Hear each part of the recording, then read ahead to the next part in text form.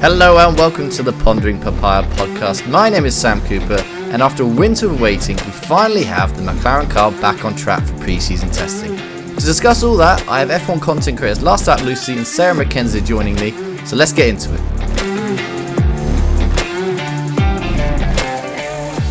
Hello and welcome back. So as promised, we've got Sarah joining me initially. Lucy will join in a little bit, but yeah, Sarah, first of all, how are you? How are you excited to see cars back on track finally? I am. I was listening in on Wednesday and I was like, this is the sound that I have missed. It's definitely good to be back. Yeah, definitely. As you can say, we're speaking to you on Friday evening, so fresh off testing. We've had 3 days of testing, 3 odd days of testing. We'll get onto McLaren in a bit, but I didn't think we'd be speaking about drain covers perhaps this much. I thought that was No. very much a Vegas thing, but yeah, we had it not once but twice. The same drain cover has been ruining people's day and sort of had a weird day 3. What did you make of the drain covers kind of thing? Did you think that's something that, I mean, it isn't something that should be happening, but are you surprised it happened twice in 2 days?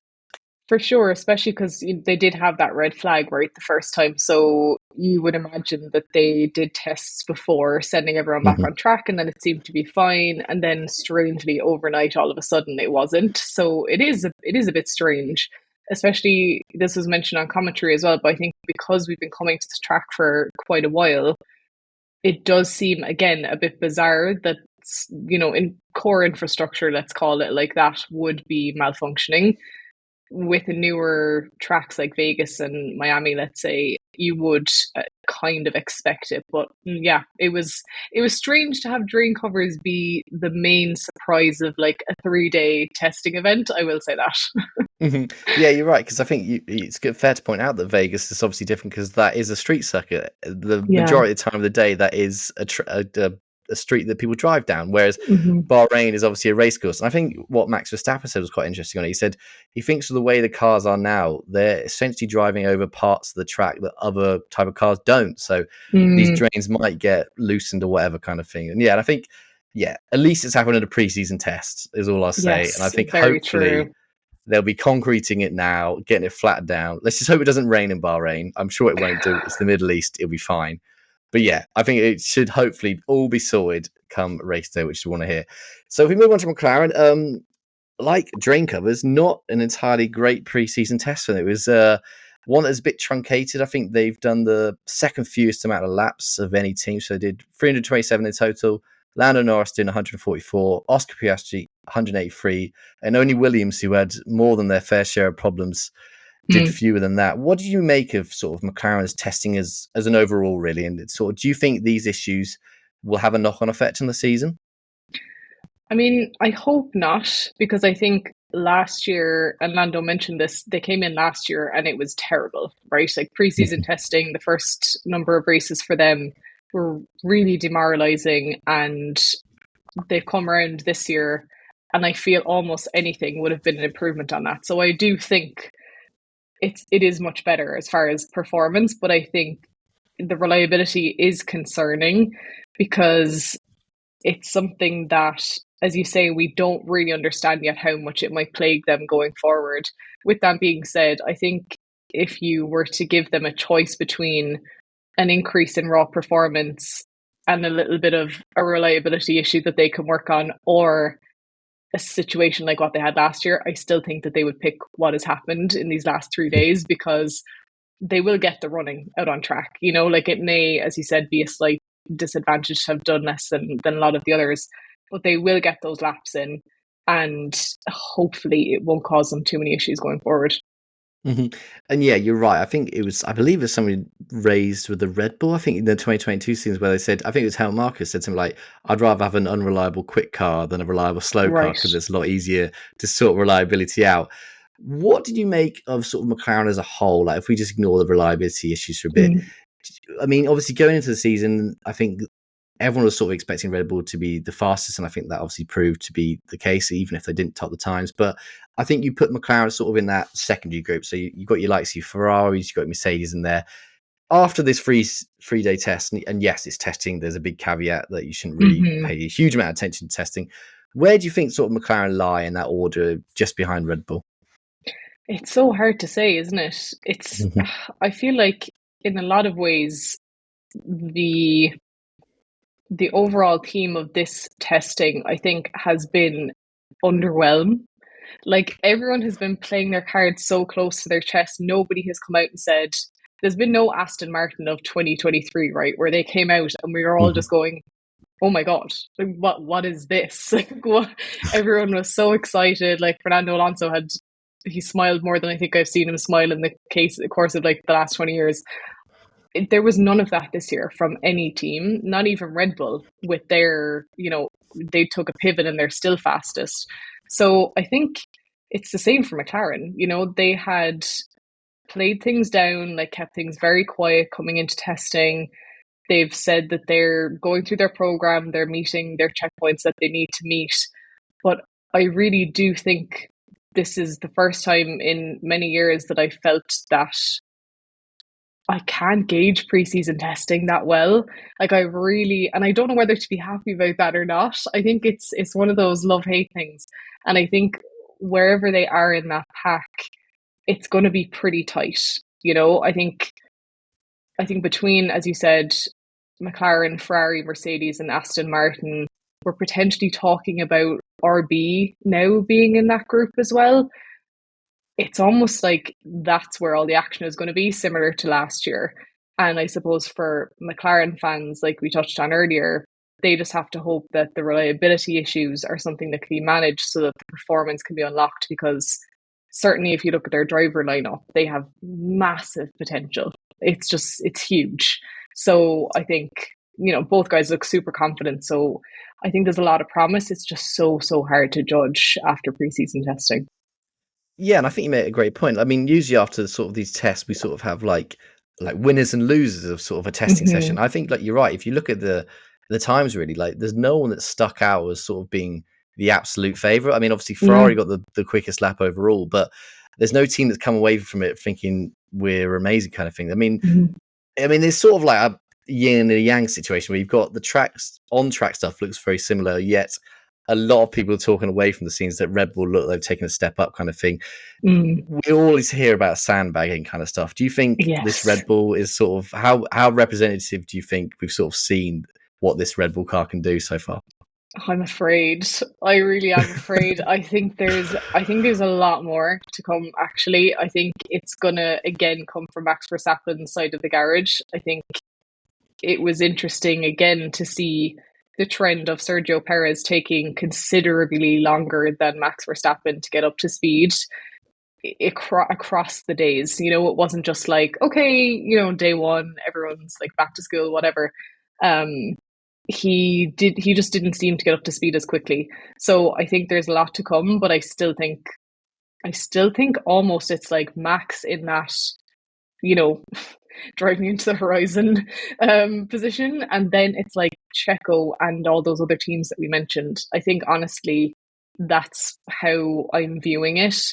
I definitely think we didn't see everything from them. And there's been murmurs of that, particularly today and yesterday as well. So I wouldn't be surprised if they showed up in Bahrain for the Grand Prix and we were all just kind of blown away, to be honest.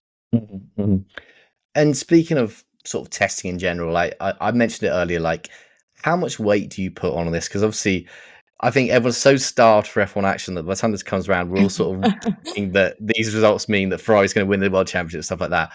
Do you think we should take everything with a massive grain of salt? Because yes, it is preseason testing. 100%. I actually, this might be controversial because, as you say, we wait so long to see any on-track action. I don't know whether they should televise testing. I don't know, because I don't know about anyone listening, but I was sat there for the 3 days waiting for this so-called power hour that never came. They talked about it every session, every day. I think it was the beginning of the afternoon session on day one. There was actually quite a long period where nothing happened, even because it was too hot out on track. And I'm like, could they not have pushed it back? Like, surely they knew that something like this was going to come up. I just don't know if it is worth us watching all of it. And as you said, not really knowing at all how much weight we can place on it. And then potentially we show up to the same track again a week later and it's something completely different. I just don't know. I'm not sold on the value, basically, of watching 3 days of testing where you just can't, like, it's the biggest grain of salt, like, truly, like, it's a bag of salt. Like, I really just, I unless someone, as you said, does amazingly or really badly, which this year outside of Red Bull we haven't really seen, it's all just a bit meh, isn't it? Mm-hmm. Yeah, you're right. And I think obviously pre-season testing traditionally wasn't shown on broadcast telly. Like it's only recently we've sort of come this, like you said, where we're showing essentially 8 hours a day of cars going around our track, and teams aren't going to share what they're doing. So like you said, the commentators are just guessing as much as we are what teams are doing, kind of thing. Would you say that's probably an effect of sort of where the sport's gone? That I mean, loath to say it, but obviously the Drive to Survive era, we're very much in it. Like it's now become a massive entertainment product. Do you think this is a result of that? Do you think that customers, viewers, whatever, they're demanding to see as much action as possible, whereas in the past, like we were happy to say, yeah, we'll see you come the first race? I think it's probably Formula One as an organization trying to feed that desire, but I think it's misplaced, because I highly doubt that fans who primarily bought into the sport based off of the non-stop drama of a show like Drive to Survive are enjoying sitting there for 8 hours with basically no outcome, right? Mm-hmm. I don't think they are enjoying that. I've been watching Formula One for 21 years. I struggled to enjoy it. It's I think you're right in the sense that that's what they're trying to do, but the reality of the situation is not living up to it. And as you said, like, the teams won't even tell you what the program is. So poor Laura Winter is going around asking anyone that will speak to her, like, how is the program going? Are you hitting your goals, your milestones? And they're going, yeah, but that's it. There is no more detail. There's no more information. And even they have the screens up when the floor is off if there's damage or whatever, because they don't want to give the floor infrastructure away. So again, I just come back to that question of, what is the value of it? Like, what are we really getting from it? And I'm just not sure that we are getting a whole lot. Yeah, I'm inclined to agree with you. Like, I think Formula One is in itself an incredibly secretive sport. Like, when you think about any other sport, I mean, it'd be similar to like having signed a player, but you don't show them until the first game of the season. Like, it's very much, we keep as much secrets as we possibly can, and then we'll tell you what's going on. In terms of the testing of it in general, really, like, this is something that Fernando Alonso raised when they launched the car. Like, we're in this weird situation where Formula One teams are not allowed to basically test their car as much as they'd like. Like, they have the 3 days preseason testing, they have some filming days across the year, and they have some tire tests. And again, if I compare it to another sport, that'd be like, I don't know, a tennis player saying you can only pick up the racket a day before you play. And even more so, it's one car. Like, we're having one car per team, so there's one very skilled driver sitting out for 50% of the time. Do you think, and I mean, relating this to McLaren, like Zach Brown's talked about this a lot, do you think there should be more leniency into how much they can test? I mean, what he said is, now that with a budget cap in place, is we don't really need to have this strict testing. Like, if you want to spend your money on on testing, go for it. And if you want to spend your money on the wind tunnel, go for it. Do you think the F1/the FIA should have a look at how much testing teams are allowed a year? Potentially. I mean, I think the issue, there's a couple of issues with it. Obviously, sustainability and finances are one. I get what Zach Brown is saying as far as it's up to the teams what they spend their cost cap money on, but at the same time, what you couldn't have is a scenario where you have all the teams show up and then only some of them go out, or only, you know what I mean? Like, I think what Formula One are probably trying to do is create a homogenous experience to a certain extent, that makes logical sense, and then it's up to the teams how much they invest in it. But it's tough, because when you think about how much it's been scaled back, and it's never going to be enough. The teams will always take more testing. So I think if you were to ask them, the answer is always yes. Like, we will take as much testing as you will give us. But then I understand where Formula One are coming from. I just think maybe the format needs to be rejigged, or, as you say, maybe they need to have a closer maybe they need to have a closer conversation and collaboration with the teams on it. Like, I'm sure Mhm. there's people within the teams that have great ideas for how to improve it. And maybe they just need to have a more open conversation with them, because at the moment it's sort of middle ground for everyone, but probably not working spectacularly well for anybody. hmm Yeah, you're right. And I think this was actually something that Carlos Sainz raised in relation to the drains, that to get something changed in F1, it takes a lot, because there's a lot of he called it political points or something like that. Basically, the politics behind it. Every team Yeah. doesn't want another team to be benefited from it, and yeah. But I think, like you said, this is probably something that a lot of them will agree with.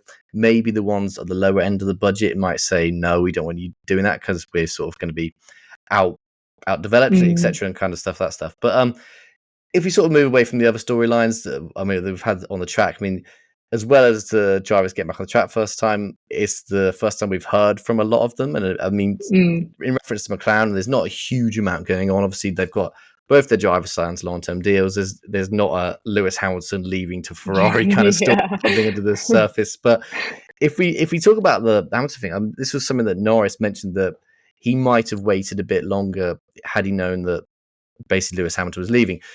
Do you Mm. think, in a hypothetical world, do you think that would have had any bearing on his decision to stay at McLaren, or do you think he was going to stay regardless, and it might have just been about getting an extra zero on that paycheck? Yeah, I don't know that he would have gone. I think, and again, I think that dynamic between him and George would have been a disaster at Mercedes, to be hmm honest with you. Like, it's never, that never works out. You know what I mean? It's like two drivers past their rookie phase, really ambitious, really driven, like both, I would say, quite stubborn. Um, and I just think that would have been a train wreck for, hmm it would have been like Lewis and Nico all over again for Toto. I think he would have just come out with like completely grey hair, just none left. So I don't personally think that would have worked. And I think it's interesting that they're, like, Lando's name gets brought up a lot in these driver transfer conversations. You know, he got a lot of stick online over the winter break for his response to that interview question, saying, "Oh, do you think you could be Max Verstappen's teammate at Red Bull, or like, would you have gone?" And I didn't really understand all the stick that he got, because he was giving his honest answer. And I think it's kind of refreshing to have drivers in the sport who aren't just 100% aggression all the time. I don't think that necessarily means that they're less talented or less driven or ambitious. I think it just means they're thinking about things differently. And I think that's a good thing, if anything, rather than them all just being, having the exact same attitude. hmm And, you mentioned they've had, I guess, a more stable time coming into this season than a lot of other teams, but they had so much drama the previous year with the whole Oscar Alpine situation. So I think, in a way, they're probably really grateful to not be top of the list for talking points as far as driver lineups. And honestly, if they can figure out how to get the two of them to work together, that could be an incredible pairing. hmm Genuinely, it could be a massive pairing if they can get them working together with an effective car. I mean, technically, sky's the limit. hmm Speaking of that partnership, I mean, like you said, I think you'd be hard to find someone else, another team that has more potential in terms of their drivers. I Yeah. think everyone sort of agreed that these two put together they've got the most potential ahead of them. In terms of the here and now, so if we're thinking about the 2024 season, sort of where do you rank them as sort of on the grid in comparison to other teams and their teammates? Ooh. Do you think, I mean, some people put them top. I think personally that's a bit high, but where would you sort of rank them as of right now, rather than sort of what we're talking about in the future? That's so interesting. I think, yeah, as a duo, they have to be up there for sure. hmm I think I'm like running down the other ones in my head. I'm like, is there, I think maybe them and then Lewis and George, because in theory, that hmm should be a superstar partnership, right? Like, if Mercedes had got the car right, I think that has massive potential as well. Obviously, there's only one more year left in that now. I think on paper, Carlos Sainz and Charles Leclerc, when that was first announced, to me looked like a fantastic idea. Like, I just loved the partnership of the two of them together. I think, unfortunately, it hasn't really come to fruition. Obviously, not, because Carlos has now lost his seat for next year to Lewis. I think the potential was there, and I would hate to see that happen for Lando and Oscar. I think obviously every team has very different sets of circumstances, but if there is anything that McLaren can learn from why it didn't work out between Charles and Carlos as a partnership, not that they have personal beef or anything, I think that would be great, because I would just, yeah, they're right up there, Lando and Oscar.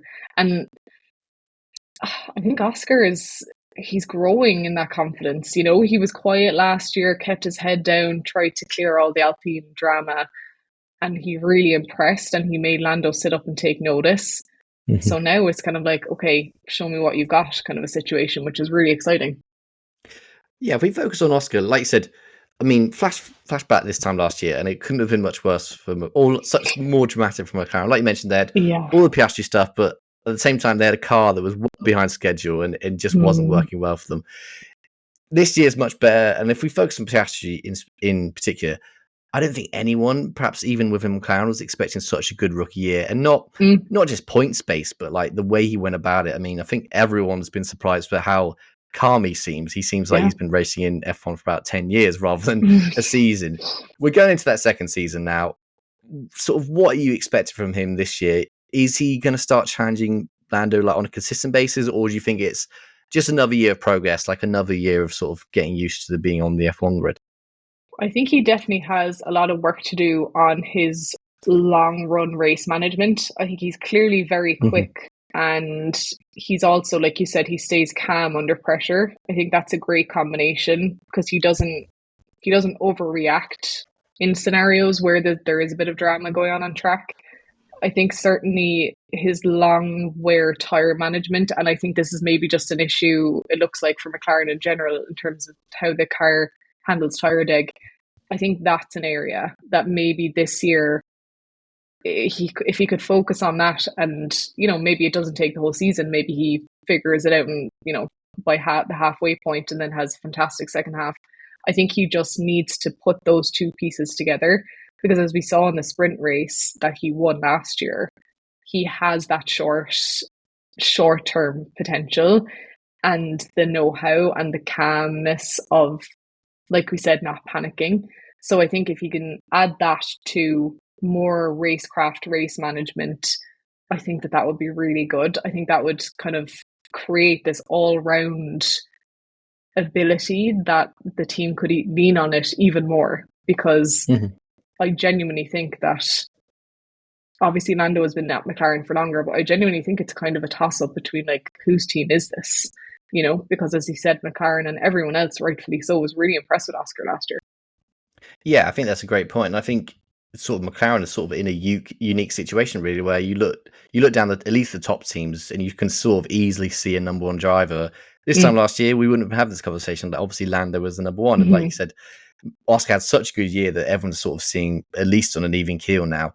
If we move on to Lando, like, I think personally, I've put that a little bit, but I think it's a huge year for him. It really seems like his year to sort of take a step up. He's finally got a car, hopefully, that will be able to challenge for podiums and stuff like that. What do you see this year playing out for you? Like, are we going to be sat here this time next year and sort of say, oh, well, that was a missed opportunity? Or do you think he's going to get that crucial win and stuff like that? I appreciate it's very difficult. We've had preseason testing, that's it, really putting you on the spot. But sort of, how do you see Lando's year playing out?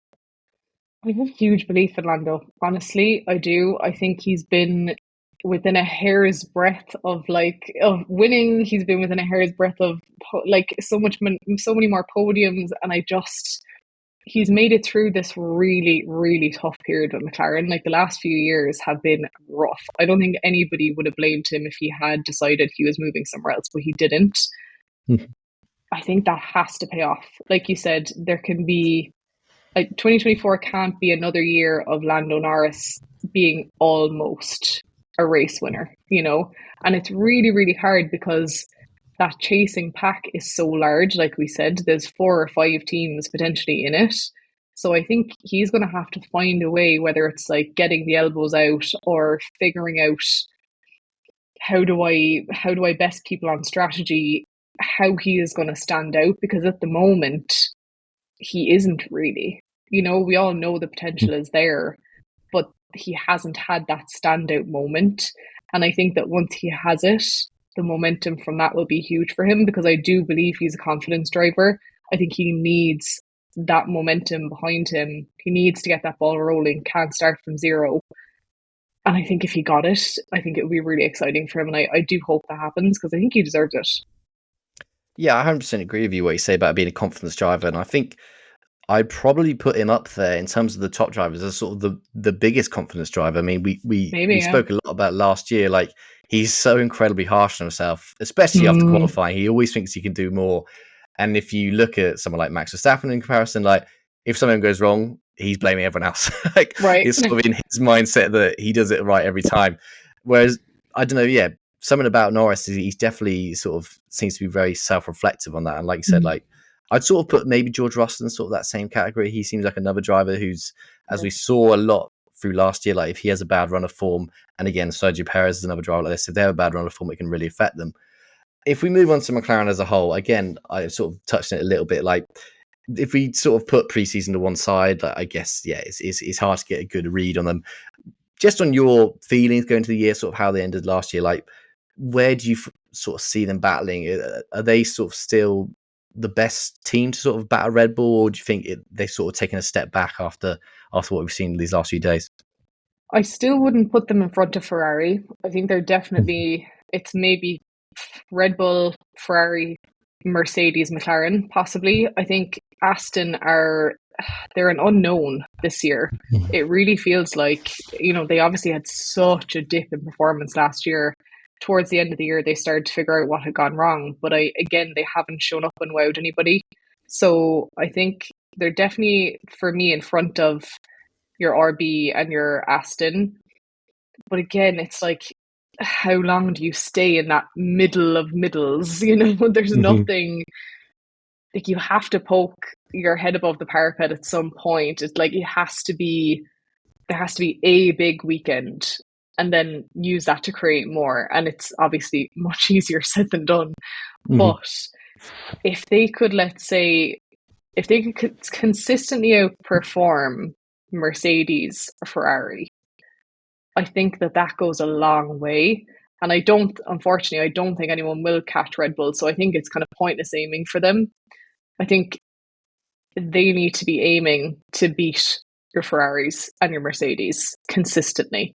Whether it's Lando or Oscar who's on the podium, it has to be what they're aiming for. Because again, how many years of this driver lineup are you going to have?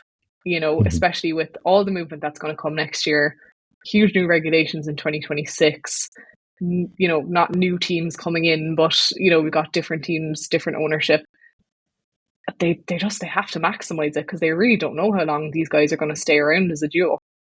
Yeah, that's a completely fair point. If we sort of take a general health of the grid, we sort of look around the paddock, really.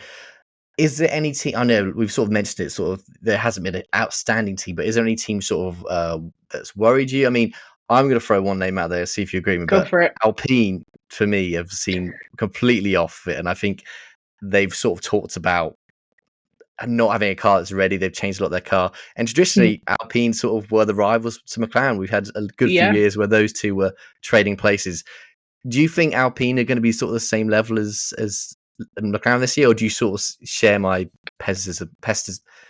That word. Pessimism. Pessimism. Thank you. It's been a long 3 days of testing. Do you sort of share that, and you think they're looking like one of the teams that are sort of a step behind everyone else? Yeah, I'm worried about Alpine. I'm kind of worried about Haas as well. I think that it was sort of strange. You'd have, like, Nico Hulkenberg would shoot up the timing sheet, like, randomly at different points, and then all of a sudden they're like back down to where they were. And it's interesting because they started off last season really strongly, and then they sort of just fell away.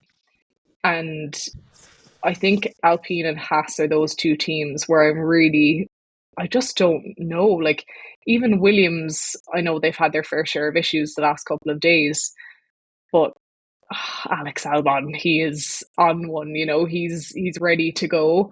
So I think they can have a lot of joy from kind of pushing him forward. We'll see about Logan Sargent. But yeah, I think for me, it's probably Alpine and Haas. Hmm. And as you were speaking there, Lucy's joined us now. Hi, Lucy. How are you doing? Hello. I'm doing good, thank you. Can you hear me okay? Yeah, all absolutely fine. We've just been chatting a bit about testing, and we sort of both agreed that it's been quite like not a mundane one, but a very low key testing. I mean, speaking, if we go back to McLaren a little bit, so what did you make of their preseason testing and the few troubles they had? Okay, so I'll be fully honest. I have not watched any of testing. Like any. Okay, excellent. I am glad to hear that it's been mundane. So I've literally just had to watch the daily recap ones. So I actually don't know too much about what's gone on. So I think that I deliberately kind of not try and like research to try and figure out what happened and kind of come into this podcast as someone who doesn't know so much and would love to hear. So do tell me what's gone on with McLaren. I mean, you sort of fit into the point we raised that we both sort of agreed that no one should really watch preseason testing because it's quite dull. Is what we sort of came to. So we're really glad that you've really taken that to heart. I don't know why I didn't watch it. I just didn't fancy it. Like today, I was busy, but the 2 days before, I just couldn't be bothered. Yeah, I think that's 100% fair. Like we were talking about how it's quite dull most of the time, and it's not something hugely exciting. So I mean, that gives us. I don't want to burn out because there's so much this year. That gives us a perfect opportunity to sort of speak to someone who hasn't been affected by the preseason testing and stuff that's going on. So, if I could ask you, like going into this new season, where did you sort of see McLaren? Because we had a little bit of discussion, sort of where they are, sort of what they need to do this year. But coming from your point of view, where are you putting them, sort of in the pecking order? I'm going to say a solid 4th. I'd say because I think last year testing was not great for McLaren. Like the beginning of the season was definitely a struggle, and I mean we've seen massive growth from McLaren. I think in Formula One, you're kind of on an up or you're on a down. There's not really an in between. And I think McLaren right now are definitely on an up. Like they've had an amazing recovery from last season. So I think considering last year they were really fighting for... They were at times the second quickest car behind Red Bull. I don't want to be too optimistic, which is why I've put them at 4th. I reckon it looks Ferrari are pretty quick, it seems, from what I've seen. Mercedes are Mercedes. I think even if they're not quite the quickest, they are going to find a way to make sure they're up there. And I think McLaren will be right in there with the front runners, but maybe just about 4th, but absolutely with chances to get regular podium occurrences and maybe even fight for wins. You mean that was going to be my next question? You sort of answered already, but like, is a win possible? Like, I mean, I'm struggling. Obviously, Ricciardo was the last one in 20. That's what we like to hear. A win is always possible. I'm very, very optimistic. And you know, last year we saw Red Bull take almost every single win, and I think this year it can't happen twice in a row, surely. So I think this year is going to be a bit more of a free for all. So yeah, I definitely think McLaren could do it. I'm going to ask you. You had such confidence do you think they can win on their own merits, or do you think it's going to be... I mean, I'm not taking anything away from Ricciardo's 2021 win in Monza, but there was a few other circumstances, such as the 2 lead drivers crashing into each other. Do you think they can win do you think they can win a race on their own merit, or do you think it's going to take someone like that for Red Bull to essentially not win again? Bit of both. I think merit's definitely on the cards, but I think the chances of that happening are lower. McLaren are very, very good at capitalising, and I think that's part of Formula One. It's capitalising on other people's bad days and making it your own good day. And I think, you know, we've seen it happen so many times. Like, even when McLaren haven't had the quickest car, they've still been up there on merit. I mean, I'm so sorry to bring this one up, but Lando Norris in 2021 in Sochi, that was on merit, you know? Like, that was just genuine skill and adaptability, and while it didn't work out in the end, it was really just a coin toss, and he just got unlucky that time. And I think, you know, coming into 2024, seeing the positive momentum McLaren have behind them, there's definitely chance to have a similar situation like that, and maybe it will come down to another 50-50 coin toss, and eventually you're gonna get the one you want. Like the odds of losing a 50-50 chance so many times, eventually it's gonna get slimmer and slimmer. So probability tells us that eventually McLaren are gonna get that win. And more specifically, Lando Norris, I think he's really hungry for it, and that's really going to show this year. I think he's going to have that confidence and drive to really go for it. And I think that will bring some great results.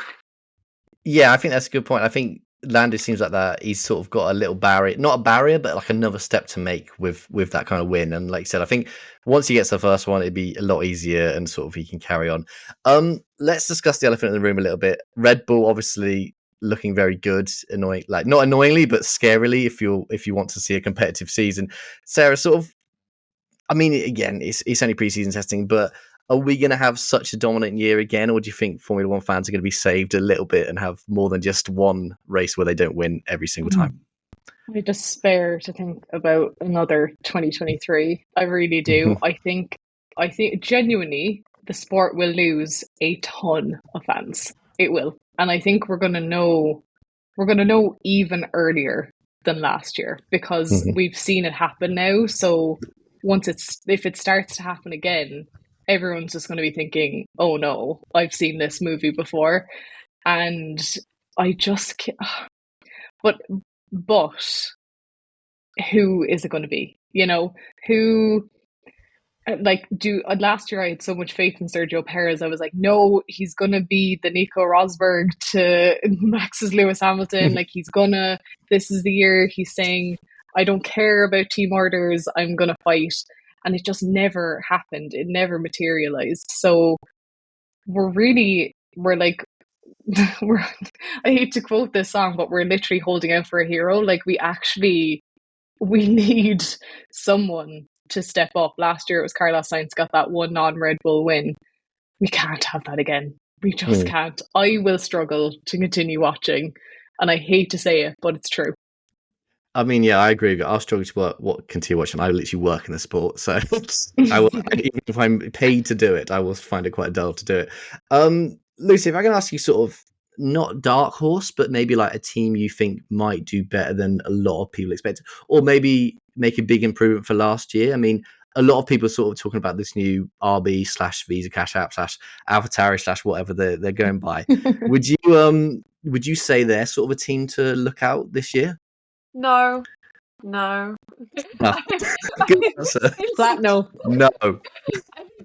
I feel like they're having an identity crisis at the moment. And I think while they're kind of figuring that out, I feel like they're not focusing as much on performance. I know it doesn't really work like that, but they didn't have a particularly strong year last year, I feel. I think there's definitely a chance for them to get quite good in the future. I just don't think it's going to be this year. But the team I would say is my dark horse, and I don't know how controversial this is, but it's going to be Williams. I think they're a team that they've been quite underrated. I think because people are still thinking about what happened in 2019, where it was basically just Williams last every single race. And people still have in their heads that Williams are the back markers and they're the slowest car. But they're actually not anymore. They're actually very solid midfield. I mean, we saw Albon finishing in the points more often than not at sometimes. Like, points used to be some sort of like crazy pipe dream for Williams, but now it's like they're disappointed with 10th, So I think they're another team, like I was saying earlier, that positive momentum is really behind them right now, and they've got Albon leading the team. And he comes with a lot of like information from Red Bull as well, so he's able to help develop the car and kind of bring it in the right direction. I know he's good at car development as well, because Red Bull locked that man in their simulator for days. So he's very, very good at development. I think that's why Williams are so keen to keep him, because he's so invaluable to their development. So yeah, I'm going to say Williams as my dark horse pick. I was doing my F1 fantasy picks last night, and they had Williams as like joint bottom team, I think, in terms of cost. I immediately bought them. I was like, I'm having those ones in my team. Like, the value for money, huge, because there is no way they're going to be in the bottom two teams. I'm so confident about that. And then this is perfect time to give a plug, but I have set up a Planet F1 League. I believe currently it's the second biggest behind F1 Nation, which I will take. So if you want to join that, I'll leave a link in the description and stuff like that. I have already joined it. Very excited to compete. Yeah, there is a prize being sorted. I'm working up behind the scenes. There will be a prize being sorted. But yeah, like also just quickly on F1 Fantasy, it's incredibly hard this year. Like everyone's so expensive. Max Verstappen is a third of your budget, and then you're like, I can't not have Max. I have him too. I think everyone does. I think he's got like the highest picked percentage by far, because if you don't, you're essentially not going to win. But yeah, moving away from F1 Fantasy, I mean, yeah, like you said, is it going to be sort of just last few questions really, sort of what kind of season are we in for? I mean, is it going to be an exciting one, or is it going to be another one sort of, I mean, Sarah, you've touched on this briefly, so I'll go back to Lucy, but are you foreseeing an exciting season ahead, or are we going to sort of be stuck with another Max show really? I'm worried. I'll be honest. I am worried. I think my main issue is not with who's winning, but actually more in how many races there are. I think that's the biggest problem. I think, back in even 2019 almost, like just going back about 5 years, it felt like there was so much magic around a race weekend. And now it's like, oh God, not another one. And I understand why it's happening, because there's now so much money to be made out of Formula One. The interest is growing, and there's such a big fan base, and all these countries want to have races. But I think, something important to remember in Formula One is that stakes matter, and I'm not talking about the F1 team. I think if there's no stakes, people aren't interested. That's why generally Abu Dhabi is perceived as quite a dull track. It's actually not that bad. This is my hot take again. Abu Dhabi is actually a pretty decent track, especially with the new renovations, but it was never as bad as people made it out to be. The problem was just by the time we get to Abu Dhabi, it's all over, and there's not really any point to the driving. A lot of people are just there to finish out the year. Even people will be asking, like, why is Max even driving? He's won the Constructors and the Drivers' Championship. Like, why does he need to show up? So yeah, I think stakes. I've really gone off track with this question. But I have feelings, and I have thoughts, and I'm yeah. So stakes. I think with so many races, it's not going to feel as like, oh, Max Verstappen won, or even, oh, Max Verstappen lost. That's fine. He's got 23 more chances. Every single race means less because there's more opportunities to get points. If someone DNFs now, it's kind of like, oh, well, we'll get them next time. It doesn't even, like, nothing feels as dramatic or as important as it did before. And I think that takes a lot of excitement out of it, more than someone dominating. Because, I mean, we're not new to domination. We had Lewis Hamilton's incredible run at the end of the most recent decade. And while, yes, it was a bit dull, him winning all the time, you never really had people asking those sorts of questions that you just asked me of, are people going to stop caring? Are people going to lose interest? Because it still felt like something mattered. So I think Red Bull and Max's dominance is not the problem. I think it is the number of races, but don't think that's something that can be easily changed. But yeah, to answer your question, no, I don't think we're in for a particularly thrilling season, just because of that. So yeah, sadly. Yeah. Then that's a very poignant point. Yeah, right. And I think, yeah, it's sort of getting bigger and bigger and bigger. And like you said, it does mean less. Like, you can't have Christmas every day, or else it won't mean as much. Exactly. I'm going to go from a very poignant point to something very trivial. And pretty much as the last episode, I can do predictions. So I'm going to be very harsh and ask for... So what I want is, where are McLaren going to finish in the Constructors, which I appreciate, Lucy, you've already said, and where are the two drivers going to finish? So, Lucy, you've already given the Constructors. You said P4, so I'm going to put you on the spot first and give me, where do you think Lando and Oscar are going to finish? I want a number, an actual number. Okay. Lando, I'm going to say 6th. Piastri, I'm going to say 9th. Okay. Sarah, I'm going to go with you now. Okay. I think as far as teams, I'm with Lucy. I think McLaren are a solid 4th best team. I think as far as the drivers, if Lando sparks off the way, I was saying earlier that I hope he does, I think he could be up there in 4th, I think. There's a lot of real interesting driver dynamics happening at those other teams that are around them. I think that could easily backfire on anybody at any time. And then Oscar, I think Oscar is like a solid 7.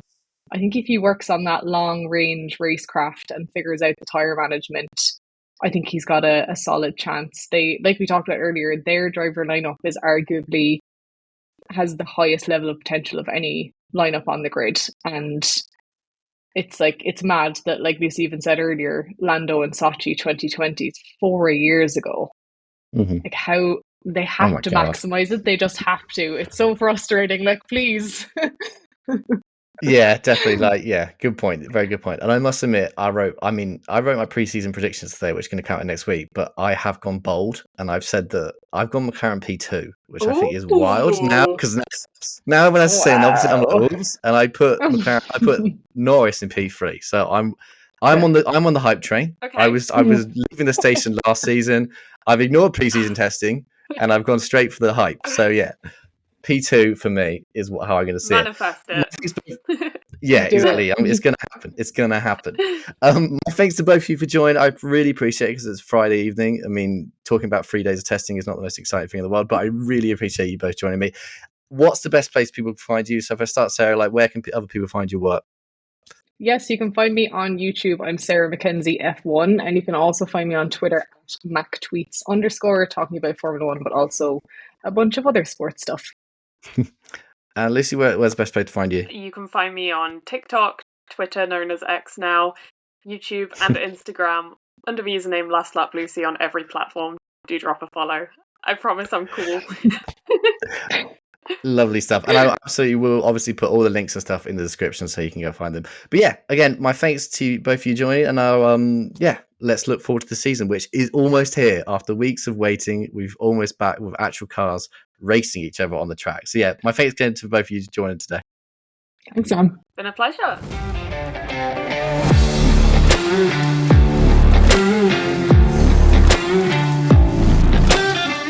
So there you have it, the final episode of pre-season. The new season is just days away now. We will finally see cars racing on a race circuit. It sounds exciting just to say. My thanks again go to both Lucy and Sarah for giving me their time this evening. My thanks also go to you for listening along, and make sure you subscribe and follow us on Instagram, TikTok and basically any kind of social media going. At Pondering Papaya is where you'll find us. We'll be back next week after the first Formula 1 race of the season. Thanks for listening.